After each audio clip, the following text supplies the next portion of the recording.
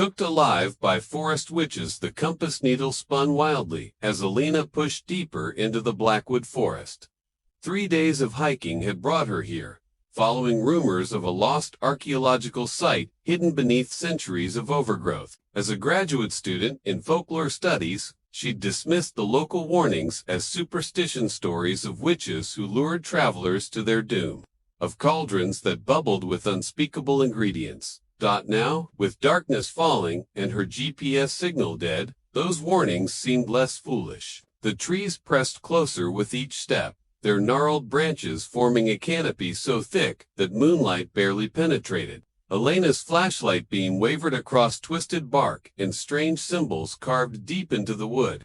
The air grew thick, with the scent of herbs and something that made her stomach turn. A distant sound froze her in place. Laughter, female voices, echoing through the trees like a twisted lullaby. Elena's rational mind insisted it was just wind through the branches, but her instincts screamed otherwise.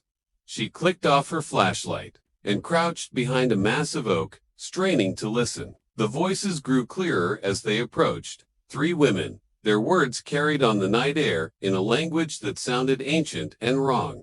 Elena pressed herself deeper into the shadows as shapes materialized through the undergrowth, figures in tattered robes, moving with purpose through the darkness. She should have run then, should have turned and fled back the way she'd come. Compass or new compass? Instead, curiosity proved stronger than fear. Elena followed at a distance, her heart hammering as the women led her deeper into the forest's heart. The trees opened into a clearing where moonlight revealed a scene from a nightmare. A ramshackle cabin squatted between the pines, its windows glowing with firelight.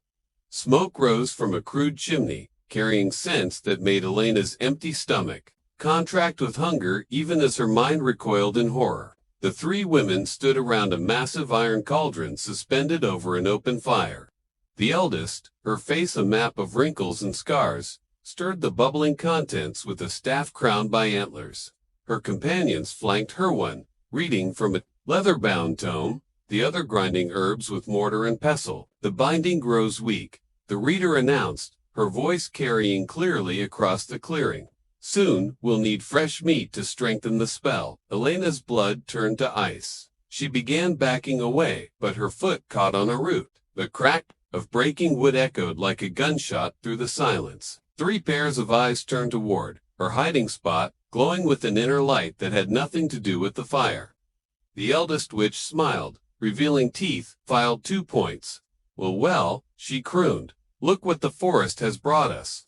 Elena ran, crashing through undergrowth as branches tore at her clothes and skin. Behind her, laughter erupted, not hurried or alarmed, but delighted, as if her flight was exactly what they'd expected.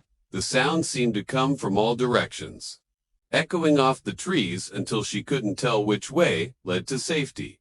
Her flashlight beam caught a path through the pines, and she sprinted toward it. But the forest itself seemed to work against her. Roots rose up to catch her ankles. Branches moved to block her way. The path twisted and turned, leading her in circles until she stumbled back into the very clearing she'd fled. The witches waited, their faces serene with terrible patience. The cauldron bubbled merrily beside them, and Elena caught glimpses of what floated in its depths, shapes she didn't want to identify. Don't be frightened, child, the eldest witch said, her voice honey. You've wandered so far from home. You must be hungry. Elena's stomach cramped with sudden, overwhelming hunger. The scents from the cauldron no longer seemed repulsive but tantalizingly delicious. She took a step forward before catching herself, biting her tongue hard enough to draw blood. The sharp pain cut through the spell's influence. What do you want? She gasped. The witch, reading from the tome, looked up, her young face beautiful despite the madness dancing in her eyes. We want what we've always wanted. To feed the forest, to maintain the old bargains. The trees give us shelter, and we give them nourishment. Human nourishment, added the 3rd witch, grinding her herbs with renewed vigor. Nothing else will do. Nothing else keeps the ancient promises intact. Elena's mind raced. These weren't just murderers, they were something far older and more dangerous. guardians of some primordial pact between humanity and the wild places that civilization had forgotten. Her folklore studies suddenly felt woefully inadequate. "I can leave," she said desperately. "I'll never tell anyone about this place. I swear it." The eldest witch stirred her cauldron thoughtfully. "Oh, but you've already seen too much, and the forest is so very hungry tonight."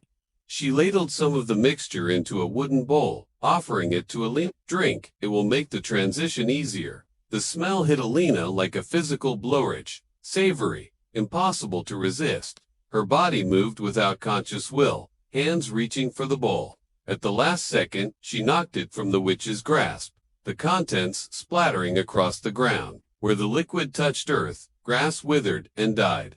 The spell's hold on Elena shattered like glass. Stubborn, the eldest witch CHT, no matter. The cauldron calls. With or without your cooperation, the other two moved to flank Elena, but she was already running again. This time she didn't follow paths or trust her sense of direction. Instead, she plunged straight through the densest undergrowth, letting instinct guide her feet. Behind her, the witches gave chase.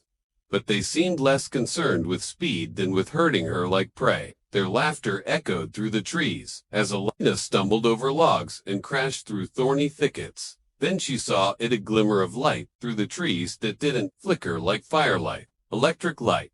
Civilization. Elena sprinted toward it with the last of her strength, bursting from the forest onto a paved road just as a truck's headlights swept over her. The driver slammed on his brakes, tires screaming against asphalt. Elena collapsed against the truck's hood, sobbing with relief as the man jumped out to help her. "Jesus, lady, what happened to you? You look like you've been through a blender." Elena turned back toward the forest, expecting to see her pursuers emerging from the trees. But the woods stood silent and empty, as if the clearing and its inhabitants had never existed. Only the smell lingered, herbs and smoke and something unspeakably wrong. She never returned to finish her thesis. Some knowledge, she realized, was too dangerous to pursue. But sometimes, on moonless nights, she still woke to the sound of distant laughter and the memory of a cauldron's bubbling call. The forest remembers. The forest, HUNGERS. And somewhere in the Blackwood's heart. 3 witches tend their fire and wait for the next wanderer to lose their way.